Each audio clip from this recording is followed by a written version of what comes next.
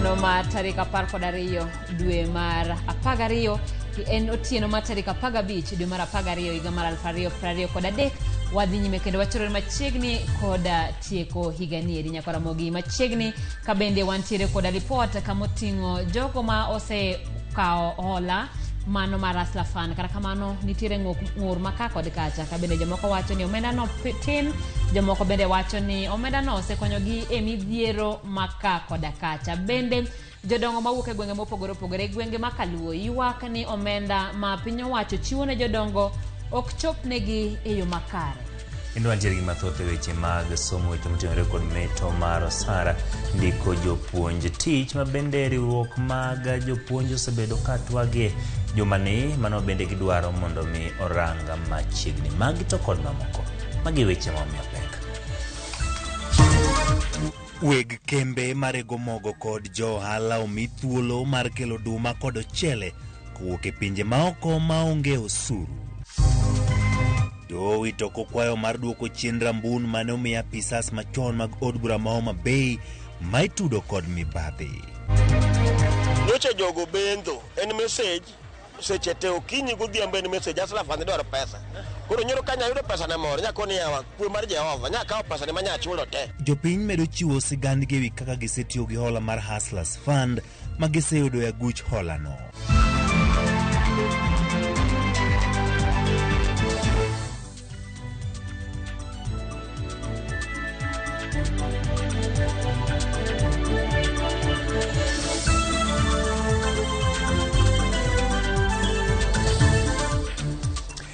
Machiegni nyaka Ramogi pane nyalo tudri kod okal namba ma tudruok mar 3-3-6-00 bende yudo achiel kachiel kokalo Facebook page marwa mar Ramogi TV, Twitter @Ramogi TV, kendo yudo YouTube Ramogi TV. Nyinga Ochieng' Emmanuel. Machiegni kendo nyinga Simfros Okinda, jaloko marwa Elizabeth Otieno. Weg kembe marego mogo kod johala omi thuolo mar kelo duma kod ochele kowuok e pinje maoko maonge osuru moramora kochakore dwe mar 2 nyaka dwe mar 8 higa manyien. Kaka George Batilero no migawo mar puro yango ni gikawo kang' makamano mane oni jo Kenya obedo kod chiwo moromo kapok keyo mabiro e kind dwe mar 7 kod 8 higa manyien ochopo. Kaluwore kod oro manokelo kech ma osebedo ka chendo e gwenge mopogore opogore, piny owacho koro medo ng'ado riekni mag rakruok kod nong'no gi ngaje e pacho ka. Bang' fwenyo ni cham manitiere dere mag piny owacho ok nyal chopo ganda jo Kenya e keyo manyien mabup matimore e kind dwe mar 7 kod dwe mar 8 higa manyien. Migawo mar pur kod pith ochiwo thuolo ne weg kembe mag rego mogo kod johala mondo kele pacho ka kowuok e pinje maoko duma kod ochele ma ok ng'adi osuru moro amora. Migawo mar pur kokalo milome magiketo ne jopiny e oboke mapile ochiwo thuolo mondo kelo duma tan 900 kod ochele tan 600 e pacho ka kochakore dwe mar 2 nyaka dwe mar 8 higa manyien mondo rom ne jo Kenya kapok ji ochopo e keyo mabup mabiro. Joma diher timo ohala no bende onyisi mondo mi or kwayo mar ndikruok e ndalo 15 kowuok tarik 14 dwe mar 12 mondo mi opwodhgi. Kapok cham go kel kendo ke chirni ma pacho ka, migawo mar pur kod pith bende oketo chike ma ibiro lu mondo ka yiene cham go chopo ne oganda jo Kenya. Migawo no yango ne oduma ma ikelo e pacho ka ng'ich maegi ok owinjo bed ni kala tamala 13 kaka oketie chike ma pacho ka. Oduma go ok owinjo bed kod kwiri mar aflatoxin kendo nyaka puodhgi kod duol mang'iyo rang'iny mag mwandu e pacho ka KEBS kanyakla kod migawo mar thieth mar yango ka ok ginyal hinyo ngima oganda jo Kenya. E kinde ma gidonje pacho ka nyaka giyud obok mawuok kuom duol mang'iyo rang'iny mag mwandu e pacho ka KEBS manyiso ni gichopo dwaro mag chike mag piny Kenya. Oduma go bende owinjo bed ni chopo e pacho ka ma ok okalo tarik 6 dwe mar 8 higa 2023. Ochele ma ibiro kele pacho ka migawo no koni nyaka bed mago mosepoki ma iluongo ni grade 1 motuo malong'o kendo mago mane oka kandalogi oromo. Bende nyaka gibed maler ma ok ong'injore, ma ok okikore kendo nyaka gibed ni ok ginyal kelo hinyruok ne ngima dhano. Migawo no bende okoni ochele go nyaka bed maonge tik moro amora, kik gibed gi kundi, kik gibed ni gipur manyalo kelo chich ne gin kod kwiri, nyaka gidonj bende pacho ka ma ok okalo tarik 6 dwe mar 8 mar higa manyien. Magi timore kinde mamoko kuom jopur yande osegolo ng'ure wi okang' mar piny owacho bedo kod chenro mar kelo chiemo mawuok e pinje maoko e pacho ka gikone gin kod oduma ma piny owacho pok okawo kuomgi kendo ni okang' ma kamano nyalo biro nego chuny jopur ma piny Kenya. George Bati, Ramogi TV. Doho mamalo medo kinde ageng' mane giketo mar rwako chiemb ji e pacho ka nyaka tiek winj bura manie doho. Yal bura Mugure Thande nomedo kinde mag ageng' ne migawo mar pur kod mano mar ohala rwako kit chiemo moro amora mag GMO donjo pacho ka nyaka giwinj bura no tarik 13 dwe mar 2 higa manyien. Thande medo ni ging'iyo weche rito alwora kod ngima oganda ka bende nyaka ginon ber e weche mag pur kod ohala.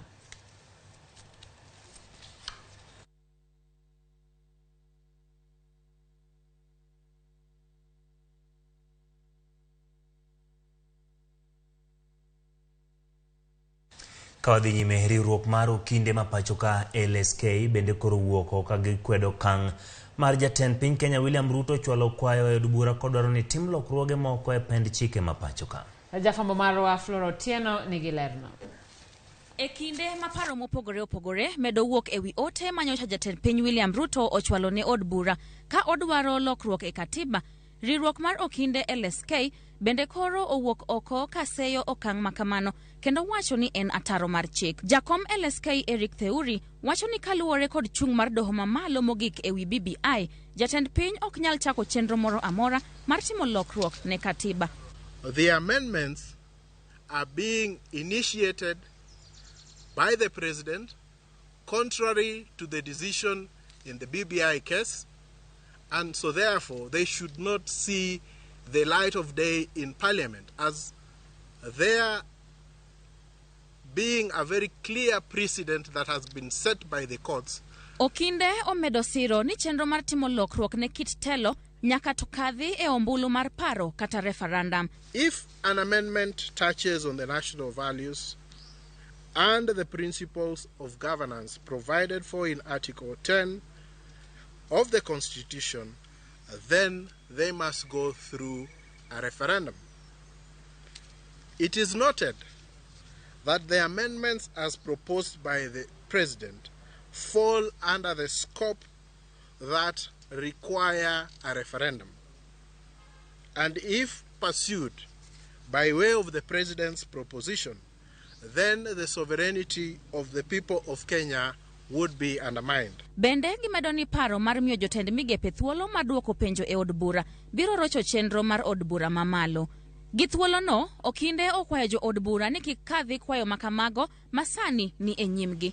We call on Parliament and all right-thinking Kenyans to resist the attempt to mutilate our Constitution, to change the basic structure of our Constitution to accommodate an office that is not in consonance with the presidential system of governance that this country gave itself when it adopted the 2010 Constitution. Kaka yordino rode, okindego nigi chenro mar dhi e doho gengo okenge mag loko chike e yo ma ok ratiro. Ginyalo kadhe nikech iyudo ni gin gi numbers mang'eny e parliament.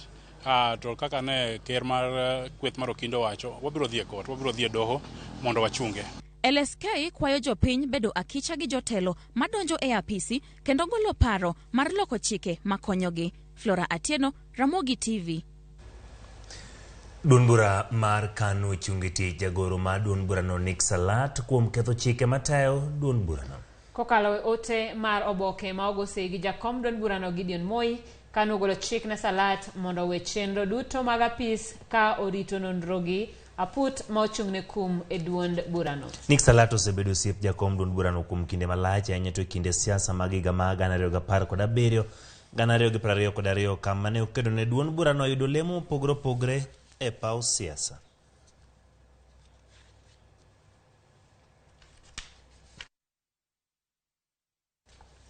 Jang'ad bura mar doho mamalo ma Homa Bay Esther Maina owito oko kwayo manochwal e doho no gi apisas 5 machon mag county no. Yuak mane gichwalo kotenore gi bura mane omakogi mar tiyo marach gi omenda maromo $27.8 million. Jang'ad bura no ramo ni nyaka apisas go chul fwai mar omenda maromo $59 kaka doho no ng'ado. Jabich go gin clerk machon mar county assembly ma Homa Bay Bob Kefas Otieno, Mane en jatend migao mar omenda e kaunti no Caroline Chepkemoi Sang, mane en jakwan omenda Morris Oduor Amek, mane en jatend kweth mathoth e od burano Michael Owino Ooro kod Isaac Ouso Nyandege, mane en jatend kweth manok e od bura mar kaunti no.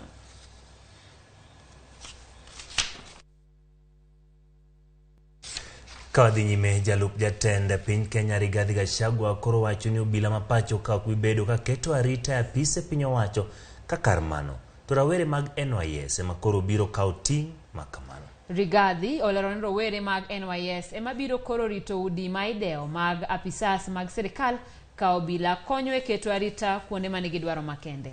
Jafwambo mar Weche Wenga ni kod ler mathoth.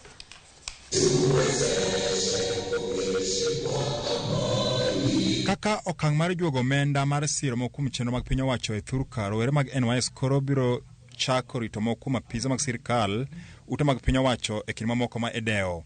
Ma en ler mane ochiw gi jalup jatend piny Rigathi kwacho ni rowere gon kod lony mar rieya e jiwo arita kwe. Obila thothgi idwaro ni obi ochwal e jiwo arita kwe e kuonde man gi dwaro makende. We want to have a discussion with government ministries and parastatals and other state corporations to have a concrete plan on how to remove our officers from the security forces to go and deal with crime. Our officers from the National Police Service, we want them to go and fight bandits, we want them to go and fight criminals, we want them to go and deal with the eradication of crime. And the NYS personnel, because they are disciplined, they can do most of the work in terms of controlling people coming in and out of buildings. But we want to have a conversation. Rigathi nowacho ni mano en okang' mabiro kelo omenda ne piny owacho mar konyo mokum chenro mabiro loko ngima rowere. And we can have NYS personnel man those offices at a fee. They shouldn't be free, so that we can create a revolving fund to train more people. That is a conversation that we want to have.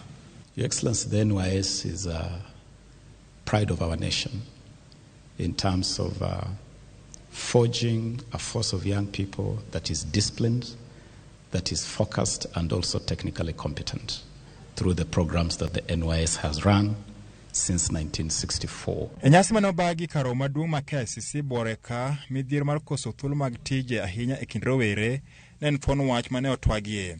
Ka joket mwandu ne oketi orindi maliet mana nigi chuogo thuolo mag tije ne rowere. The unemployment crisis in this country is a time bomb.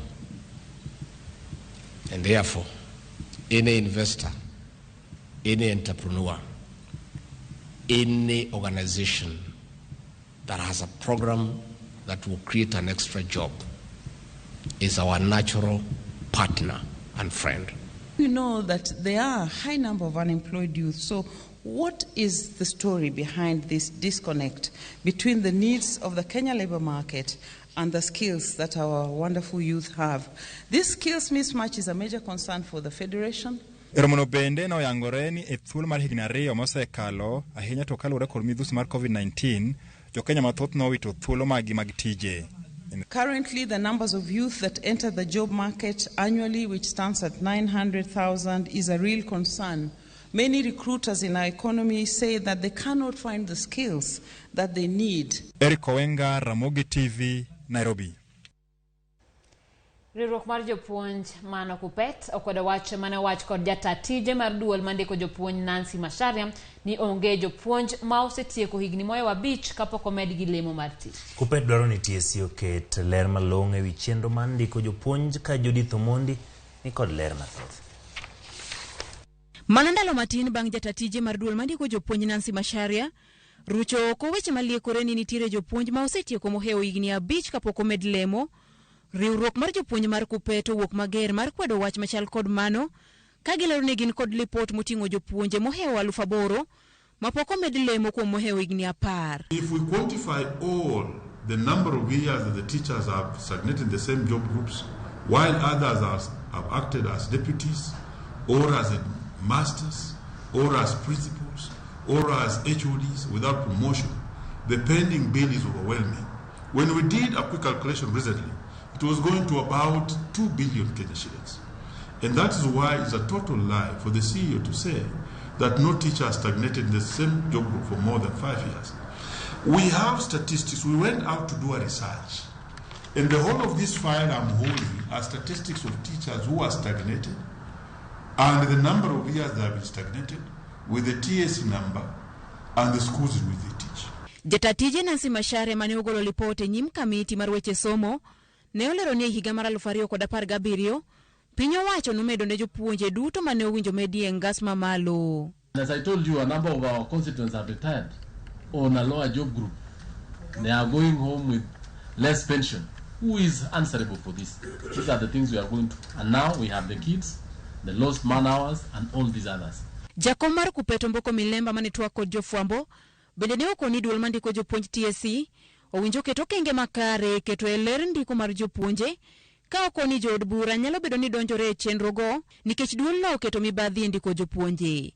I see many politicians and members of parliament like myself now want to undertake the recruitment of teachers themselves. We must realize that this hullabaloo is because of the gaps that could be existing in the fairness of the process. And therefore I want to ask the Commission that this process must be very fair. If the process is fair, no politician will come out to start haggling in the employment of the teacher, because this is a professional issue which must be handled professionally by the Teachers Service Commission.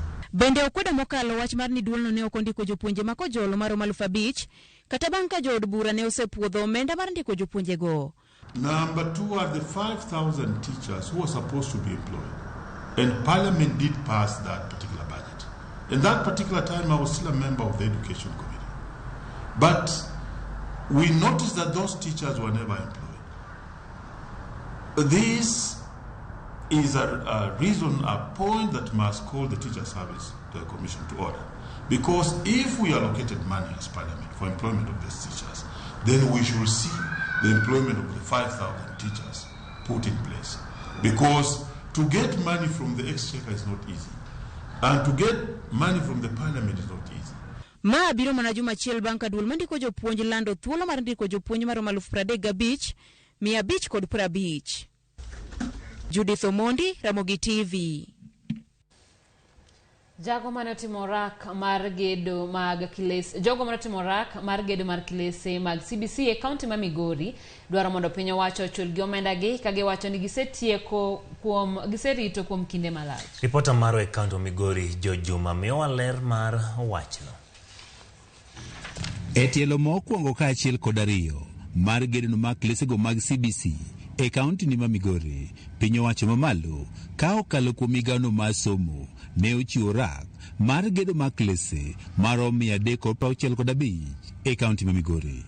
Klese gi ma ogere skundego mag sekondar ne ochiw ne jotimo rak ma opogore opogo e kaunti ma Migori, ma bende nyaka sani osetieko gedo margi kawe kod lipotno ma ogol kod migao mar somo.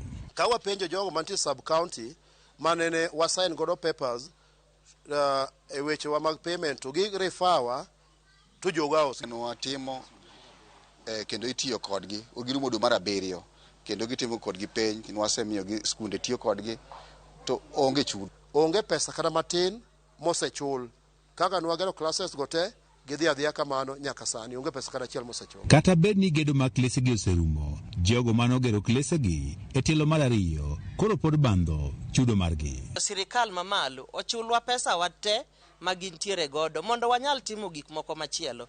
Tije wa ochung' te kata nyithindwa ok nyal bet e skul maber nikech wakao pesa watweyo e CBC. Inyalo kata kaka wawuoyo kwa denyo.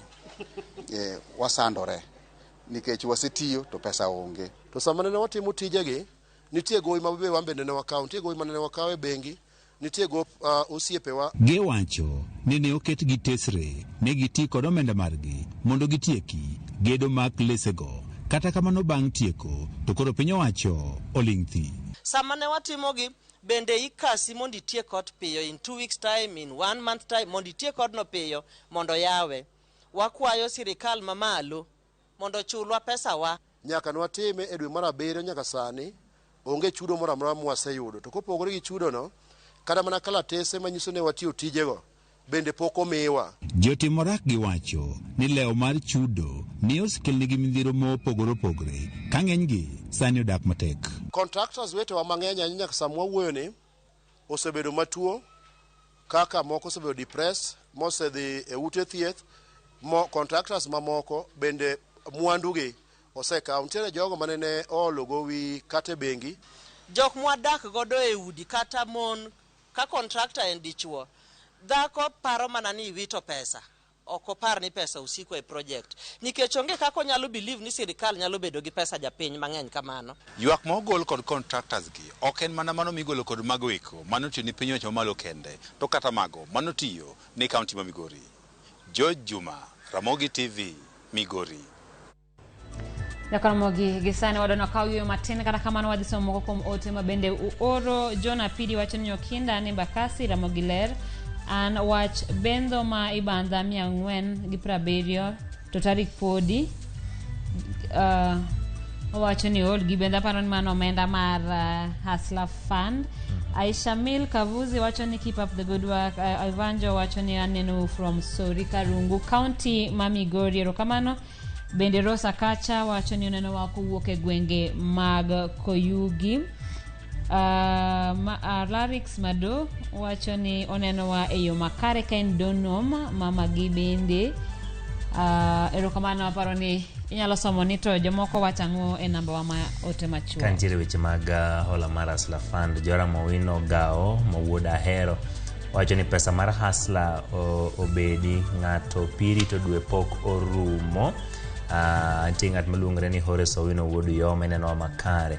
Bende wacho ni chenro mag hola mar Hustler Fund oyaw nono, ng'ama dwaro kawo, ng'ama ok dwar bende weyo ma okaw. Mano le Rida Damson Opio Ong'er mar Koru SK wacho ni message mar Hustler Fund mondo duoki to ng'eny ahinya mano en adier. Nyikwa Ramogi magen mokuom pachu ma bende uorono e mbui mano mar Ramogi TV to kod bende namba mar 360 nono. Kik idhi mabor, magi ema biro. Joma nigo uwezo biro chopo, lakini kaka an korka koreka sani ok apangida.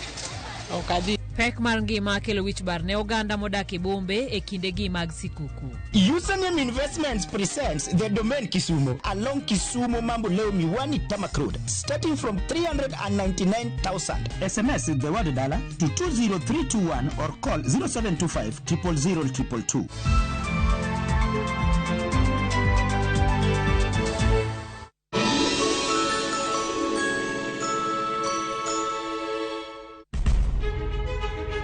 Penj laktar ok en ka chenro moro amora. Wach mar P2 emergency pin yore moyo gino kapere mene giketho system. Wakelo ni achiel kachiel lakteche man gi lony mar arieya e weche ngima dhano. Koro ka goyo picha to dhi nyisa kind lekene.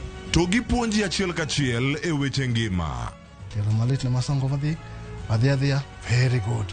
Riuri gi Ruth Otieno wuok tich nyaka tich abich chakre sa 12 odhiambo. Onono tiend weche kowuok kuom laktar. Osomo oteni. Namba mar SMS en 23600 en penj laktar.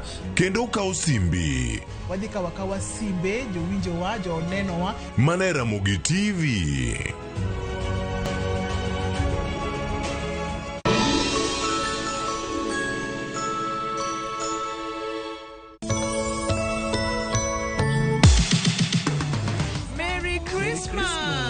E kinde nyasi mar Christmas, wamedo dhialo hono mar Yesu. Ka wakelonu tugo mopogore opogore.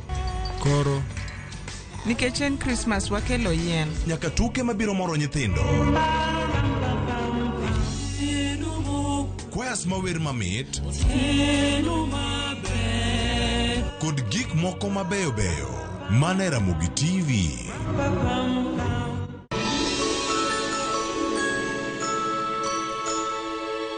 Qatar Jackpot 6 games 8 bob shinda 60k kila siku. Tuma neno QJP kwa 29063. Not for persons under the age of 18. BCLB number 416.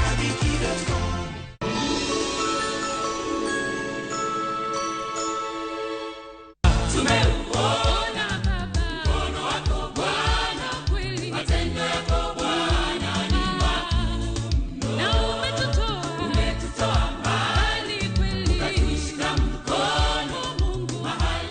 Ukitaka kupata sikiza kodi ya mkono wa bwana, tafadhali bonyeza *811*404#. Kumbuka, sikiza na Citizen ni nyumbani kwa wasanii wote.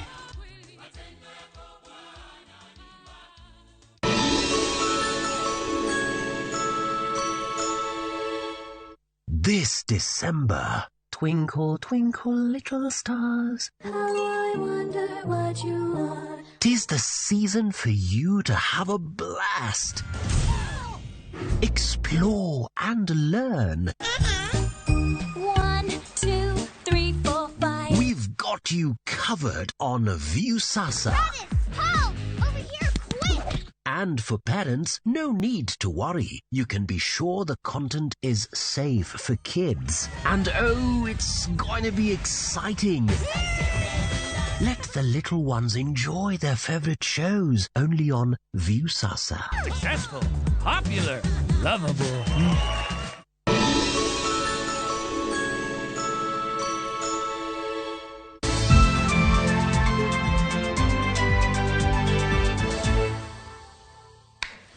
Machiegni kendo nyako Ramogi hola mar Hustler Fund osebed ka ichiwo gi piny owacho ka jopiny moko oseyude. E gwenge ma Kaluo bende jopiny lero ka gisekawo hola no kendo tiyo kode. Chris Owino miwa ler mar wachno. Ndalo 14 nyaka ne jatend piny Dr. William Ruto yaw ayanga hola mar Hustler Fund, oganda mawuok e gwenge mopogore opogore dhi nyime kod puoyo chenro makamano. Nyong'ong marwa e gwenge ma Kaluo yango ni moko kuom jopiny osekawo hola mar Hustler Fund kuom thuolo mohew achiel nyaka nyocha yaw agulu no. Hustler Fund asakawe kendo asakawe 500. Asakawe 500 machulo sano machaka kenda kawo 500 kendo. Koro gima nayuage Hustler Fund ni othin ma pesa omena gi mogo. Mok nyalo kogo ohala. An limit na obiro siling 400. Siling 400 na akawo nodong' 375. Koro siling 400 nane na akawe kane an gi emergency. Nokonye emergency nano ma asechaka duoke. Kasechaka temo mondo mi akawe kendo nikech en girwa, en gi jopiny, ok en mar ng'ato owuon. Ne limit ochako duna nyaka kawo siling 700. 700 ni poro tama nyaka wuon. Koro poro atimo mana kinda ang'eno dhi biro. So far negimiya limit mar siling 600. To kana gikelo nago in form of M-Pesa negimiya siling 570 ma nyaka sani ok ang'eyo ni mana ng'omiyo notimore, to neginyisa ni gidwaro ni miya siling 100 ni limit mara siling 600. Wach makamano kelo geno kendo tieko luoro mane ntiere ni pok mar Hustler Fund ne nyalo dewo jopiny kata gwenge mane ogoyo ombulu ne jatend piny William Ruto e yiero mokalo. Mopogore kod paro mag josiasa makwedo Hustler Fund, jopiny e gwenge ma Kaluo osekawo hola kendo moko kuom gilero ni gichulo hola no kaluwore kod chike mage. Nyocha jogo bendo en message seche te okinyi godhiambo en message Hustler Fund dwaro pesa. Koro nyoro kanya yudo pesa na moro nyako ni yawa kwe mar Jehova nyaka kawo pesa ne manya chulo te. Nyaka kawo pesa manya chulo te ma nang'eni kore tiko gowi. Ka chiw kawuono ginyisa 12 message ochako biro na 2. No nega chul pesa. Koro nitie confusion. Ok ang'eyo ni be ginyalo chiwo namba ma ng'at moro ma nigi complain nyalo ga goche manyalo penjo maswali. An limit na obiro siling 400. Siling 400 na akawo nodong' 375. Koro siling 400 nane na akawe kane an gi emergency. Nokonye emergency nano ma asechaka duoke. Kasechaka temo mondo mi akawe kendo nikech en girwa, en gi jopiny, ok en mar ng'ato owuon. Ne limit ochako duna nyaka kawo siling 700. 700 ni poro tama nyaka wuon. Koro poro atimo mana kinda ang'eno dhi biro. Mane manyalo wacho safanyatewa. Moko kuom jood bura mag Azimio osebedo kanyiso johera magi mondo kik chul omenda makamano ewi mano ma giwacho ne ok ochuogi kaluwore kod pen chik. Midhiero maduong' mochomo Hustler Fund en kar omenda ma jopiny nyalo kawo. Thoth jopiny mosekawo hola makamano ywak ni hola no tin ne chako ohala ka kwayo margi maduong' en ni piny owacho mondo med kar kwan omenda ma ng'ato nyalo kawo. Wang'iyo pesa mane Hustler Fund kelonwa machalo siling 700, 500 ni. Ok wane ken gima nyalo konyo ngimawa. Koro wakwayo chul to wadhi chule. Tok kwasechule to chenro moro bede maber ma pesa no nyalo mi ng'ato kaka johala man mondo mi amed ting'o godo ohanda malo. Ke siling 700 kata mabiro ok nyal ting'o ohanda malo. Koro gisani pesa no totally en pok okonya ma andanga wachi ni mano rais mar Kenya ma Ruto nomiyowa gimiluongo ni Christmas nikech sani wani mood mar Christmas an pesa na dhi agogo budget na dhi nyiewo go ngano ma pod norema ma kadipono nyalo duoko nago kendo chako duogo nago mondo chaka medgo adhi ayawo go higa manyien. Hola mar Hustler Fund en achiel kuom singo mane riwruok mar Kenya Kwanza omiyo jopiny e kinde campaigns. Chris Owino, Ramogi TV, Nairobi.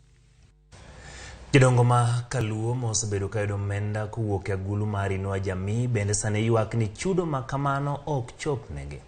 Jodongo go koni sirikal ne dewo wang'gi maber kata kamano rem chwalo omenda go keto ngimagi kamarach. Jodongo ma kwan-gi ok tin 700,000 e piny Kenya gi sani oseywak ne piny owacho mondo mi ochwal negi chudo ma kamano mosedeko kuom dweche moingo 5. Walter Nyambaga nigi lipot.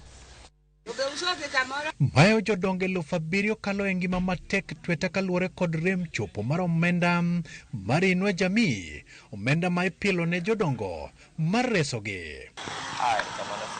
Bang' Ramogi TV bilo wach kod jodongo ma wuok Kaluo e chal mar rem mar chopo pesano ne jodongo miyo gi ywago reyo e wi ridruok mar ngima kod uchumi. Koro pesa ni olal, wadwaro no duoko nwago mondo bi mondo konywa, wan mon moti waonge nyalo. Pesa no oyie wuo maber mondo bi ji ywak te, jodongo ywak te. E penjo maduong' mantie e dhod chuny jodongo go, neto nyaka karang'o ma gibiro bedo ka girito godo pesano. To bende geno nitiere pesa mar Inua Jamii. To e kinde ma pok giyudo pesano, e konyruok mar gibiro ya kune. E ka gitielo ni gin kod dwaro kaka dhano, e kendo gin kod familia. Ana onge kode, ma bende yande adhi ka joka social service marwa, division marwa mar Kadibo. To ne ginyisa ni biro kawo jomoko kendo ma kamoro ni nyalo dhi para. Nyaka sani pod ok aneno wach pesa mar jodongo ma an ayudo. Setemo manyo pes jodongo. To jogo kona ni weche pod ni giloso, nyaka sani pod giloso gi kago duto. E counties ma Migori, Homa Bay, Kisumu kod Siaya, e chal mar jodongo ma chunygi ogede pesa mar Inua Jamii, e koro miyo gibedo kod kihondogo kod chuny magoyo kibikibi ka gisundo piny owacho mondo kasre kod chwalo omenda no. To kopo ni nitiere lokruok, to mondo piny owacho ket yore ma gibiro konyo godo oganda. To pesa no kaka no gikno pok wayude nyaka sani. Koro wan gi chandruok malich, waduto bende. Achiel kuoma an be apisa nyikwayo mang'eny to kaka nyalonge. To sani aonge ndalo, aonge kata kaka puro bad otur, ogucha bende rama. Koro kaka tim nyithindo to megegi notho gi wegegi. Jatend migawo mar omenda pacho ka Njuguna Ndung'u e pod omako chung' ni omenda no e biro mana chopo ne jodongo bang' ka sirikal osechano lai makare mar chwalo pesa go. Ka inyalo gole oko, to anyalo neno ni ginyalo bedo gi midhiero mang'eny ahinya, kendo achiedh nadi nyalo mako gi ma samoro ginyalo neno ni gin koro owegi sirikal ok ong'eyo gi. Walter Nyambaga, Ramogi TV. Biro chuno thoth jo Kenya mondo oing nyasi mag skuku e bombe kod kuonde mamoko mabor gi pacho kaluwore gi pek man ngima kod ochumi moidhe thurka. Jowuoth ywago nengo wuoth seche ma weg nyamburko to ywago kwan matin mag jowuoth. Wycliffe Oko nigi mathoth. E kinde nyasi mag sikuku, thoth jo Kenya modak mabor gi pacho ahinya to manitiere e bombe bago safar mar duogo dala kendo riwore gi familia gi. E ingo nyasi go matimore tarik 25 dwe mar 12 kod tarik 1 dwe mar 1 chakruok higa ka higa. Gie kinde ni ma ikwano mana ndalo manok ne ingo nyasi mag Christmas ma higani, moko kuom jo Kenya pok onyiso gombo mar chopo dala ne nyasi go ka thoth gi ywago pek mar ngima. Wuoth lwaro wae kar dak ma Kibra, bure Nairobi. Chenro neno kaka pile kendo ohala dhi nyime. Ranyisi mar nyasi mar sikuku ok nen kata matin. Warado gi Millicent Awino matimo ohanda lode e kar dak ma Kibra. Ok onyiso buok moro amora ni tarik 25 ojokayo. Awino wacho ni oonge kwano mar chopo pacho e kinde nyasi go. En dalawa ang'e kuma entie ok birwenya. Abro dhi en mani nyaka budget nacha kik mondo akethe nikech Christmas. Nyaka ng'ang'e ni kada bang' Christmas skul nyaka yaw, nyathi nyaka dhi skul. An be ngimana nyaka endelea kaka ne en, ohanda be nyaka beda kaka ne en. nikech ema sustain momiyo an ka. Olero ni obiro ingo odiechieng'no e boma ma Nairobi kaluwore gi ting' mapek mar bech wuoth ma omedore nyadinwoya e kinde nyasigo. Skuku to en odiechieng' achiel an aparo mani kata ka 24 no kata ka dhi chiro paro mogodhiambo an as a Catholic abo dhi e church. Evening mass nitie marumo by saa 4. Kiny ana mondo ma omo nyanya uno ma tuni ng'ama nonyiewo gweno cha ong'e ni an ka. Ng'ama ne tedo pilau cha ong'e ni saumu an go. Priska Adhola matimo ohand rech kod omena belero ni oonge chenro mar dok pacho gino mabende isiro gi Samson Ouma ma jawand boda boda e kar dak ma Kibra. Onge tiende dala ok ringi ka onge gima rach. Joma nigo uwezo biro chopo lakini kaka an korka koreka sani ok apange da. Ok adhi abiro usa giga matin ma uso kagi. To watu matima ka wan gi matin madolo odwa ka dundo wadola to waluongo mana ni chieng' no kala kan. Kenane no kaka rama no gibiro na matek makachaka kina ka transport badhi dala baduogo. Okana na rendo nyal chamo tamwa chulo. Matimore seche ma weg nyamburko koro ywago kwan matin mag jowuoth ka giwacho ni kawo gi kinde mathoth mondo giyud jowuoth moromo. Gino makoro giwacho ni kelo ne gilal ka ipimo gi kinde machien.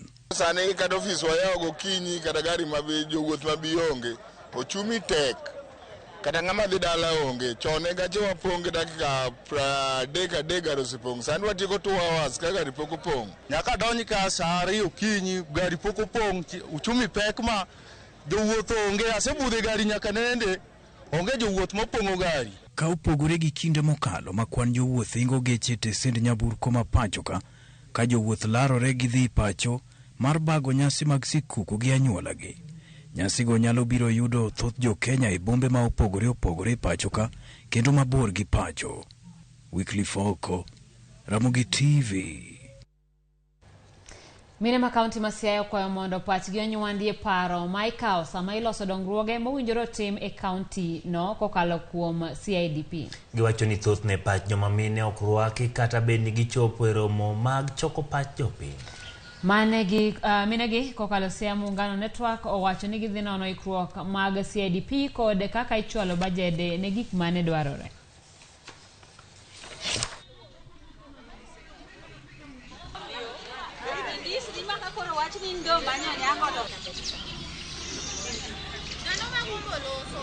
Kuhusika na CIDP tumekuja leo ili tuweke sauti zetu pamoja, tujadiliane, ambapo ikifika hiyo siku ya public participation tupate ni nini tunaweza kuwawekea ama ni nini tunaweza kuwaeleza kulingana na mahitaji zetu kama kina mama kutoka Southeast. Serikali iliyopita kuna vitu wa mama walisema wafanyiwe, lakini kama kawaida hawawezi fanya. Manake wanasemanga wa mama sisi hatuna sauti, hatujui kufuatilia. Hatukufuatilia ndio wafanye. Na pia tunajua kwamba serikali huwa inafanya vitu inataka. Sana sana Siaya County. Mara nyingi tunakuwa na public participation, tunatoa maoni yetu kama kina mama, lakini hao wakifika huko juu hawafanyi vitu wa mama wanataka. Ndivyo ama sivyo? Mara hii tunataka kufuatilia. Manake tumeanza na gavana mpya. Hii inaitwa third generation CIDP. Obila moro makini mayo jopiny katiyo gi miriambo. Username Investments presents the domain Kisumu along Kisumu Mambo Leo Miwani Tamak Road, starting from 399,000. SMS the word dollar to 20321 or call 0725 000 222.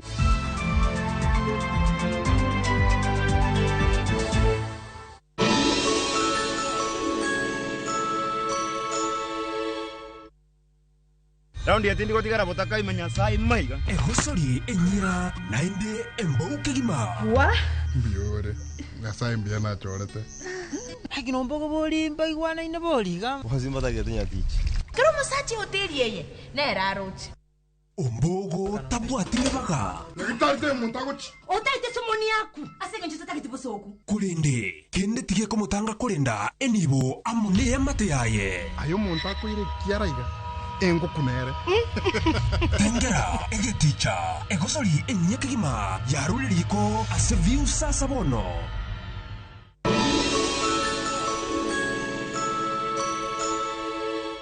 Twende maju na View Travel. 5 days Dubai or Zanzibar from $600. 5 days Mauritius from $900. 4 days Seychelles from $1,000. 5 days Malaysia from $1,500. 5 days Thailand holiday from $1,100. 5 days Cape Town from $1,000 and Bali 5 days from $2,200. Call 0703-254-254 or email connect@viewtravel.com. To fly my juba.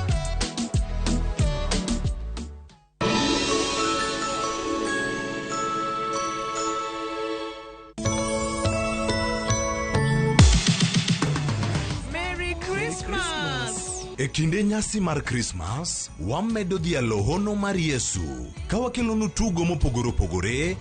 Koro nikech en Christmas wakelo yien. Nyaka tuke mabiro moro nyithindo. Kwayas mawer mamit. Kod gik moko mabeyo beyo. Mane Ramogi TV.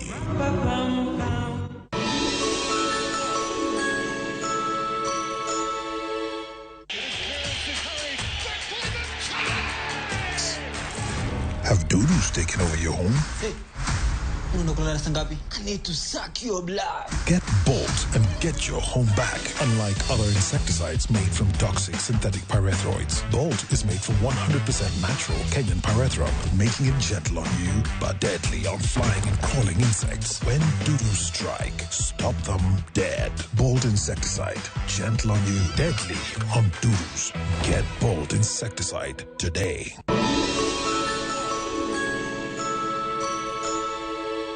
Cheza mechi za World Cup on Shabiki.com for the biggest odds in Kenya. Kuwa Shabiki, not for persons under the age of 18. BCLB number 416. Shabiki.com.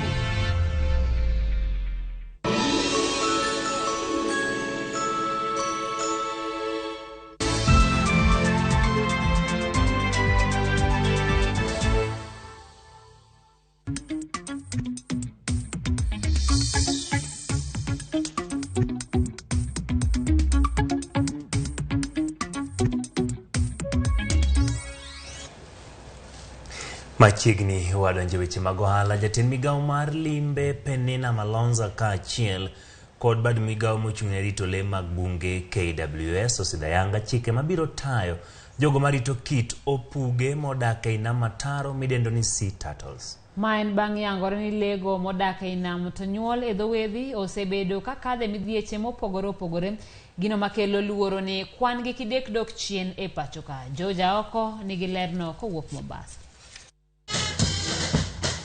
Jatend migawo mar limbe Penina Malonza ne otelo ne chenro mar keto ler e dho wath ma Jomo Kenyatta Public Beach Mombasa.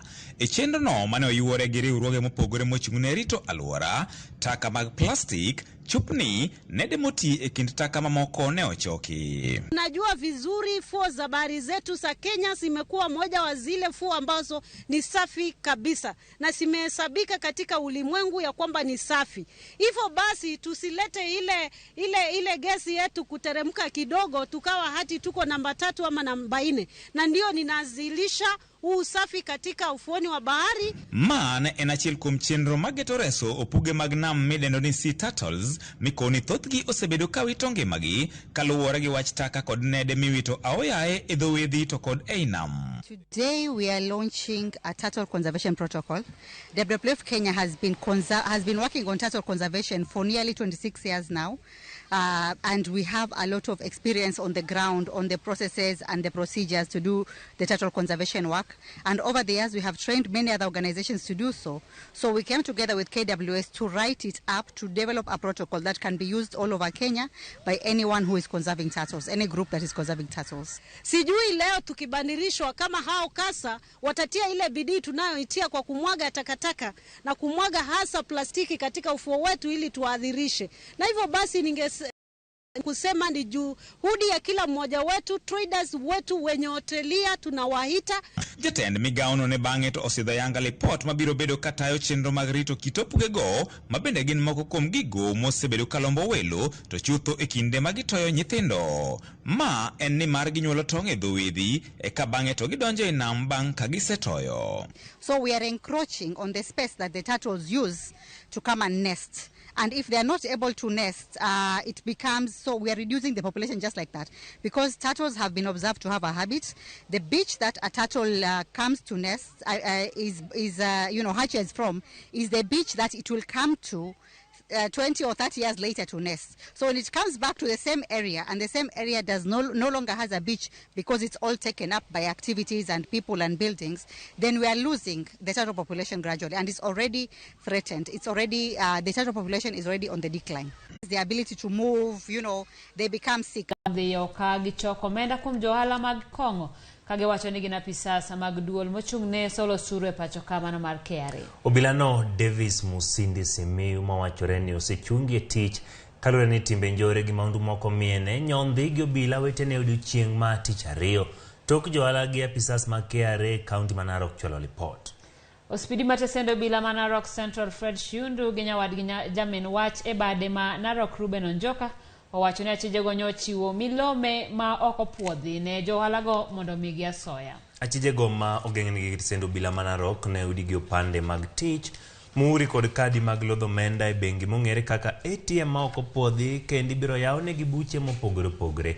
Kalure ne udigi gi ketho mathoth. A KRA staff called to inform us that there were people going around in town trying to move around in the shops. Specifically, they went to a wines and spirit shop where they claimed that they were KRA staff, and they claimed that the wines and spirit was selling third generation liquor, and they were selling bad liquor in that case. We had to send our officers from the DCI who moved in so fast and managed to arrest 5 people who are actually impersonating KRA staff. They bore KRA identity cards. One of them bore a police identification, that is a certificate of appointment of the police officer, and so they were on duty, claiming that they were executing a lawful or legal duty. The case is still on, and we urge the members of the public, whenever they feel that the people approaching to their premises are suspicious, to report to our offices for action. Nyakora magikawa dhi nyime ni kambi tudruok ma Safaricom moduoko chien kwano omenda ma ijuogo jo Kenya e kinde timo chudo e yor simu kaka yorno mar temo reso jopiny makoro kale ochumi ma ohidho. Kambino wacho ni duoko chien chudo mag teko stima, omenda mar somo, mano mar thieth e kind mamoko biro konyo thoth jo Kenya ma osebedo ka kalo achiedhnade mangima ma oidho e pachoka. Kambino bende oduoko chien omenda ma ijuogo e kinde oro muomo kowuok e bengi nyaka e M-Pesa gi 61% ka jogo ma oro muom kowuok M-Pesa kadhi e bengi biro chulo muom ma ogonyore gi 47%.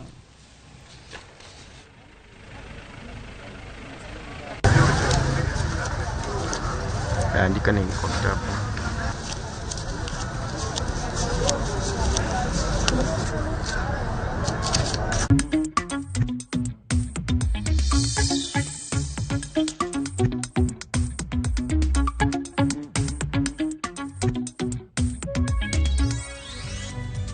Nyakara mogigi kinde ni onego wadhi waywe matin kata kamano moko kuom duoko mabende wuoro Odhiambo janamba Kapio jaseme wacho ni waneni mokue gwenge ma Muhoroni ka Ana Jalei nyakwar Kabonyo Ugwe aneno wueyo maber koyieni gi kel bando e dwe mar achiel kech nego jo Kenya. Wacho ni kaber to sirikal oyie mondo okel bando e dwe mar achiel ka wacho ni kech nego jo Kenya. Ramogi TV Joram owiyo gawo mawuoda hero pesa mar asla obedi ng'ato okonego bedi ng'ato piri to dwe pok kata ka orumo.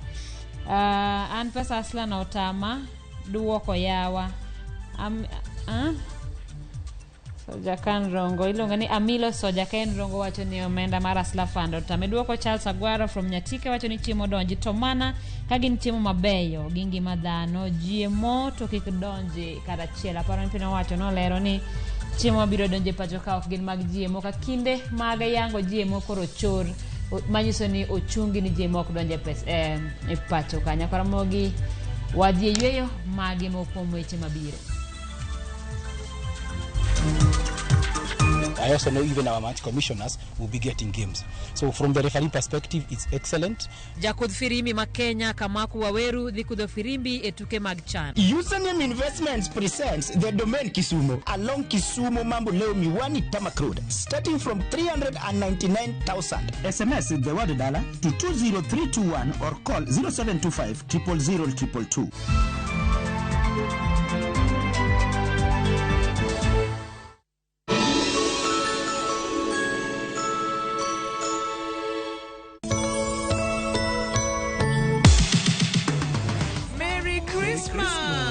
E kinde nyasi mar Christmas, wamedo dhi alohono mar Yesu.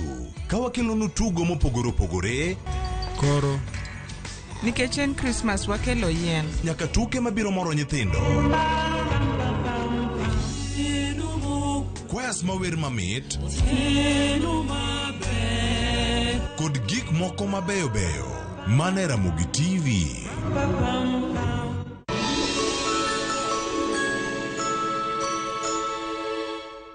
This December, twinkle, twinkle, little stars. How I wonder what you are. 'Tis the season for you to have a blast.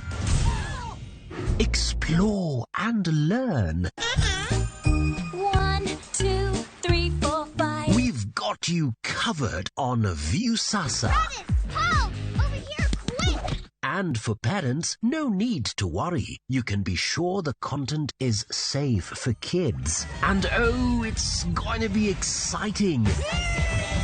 Let the little ones enjoy their favorite shows only on Viusasa. Successful, popular, lovable.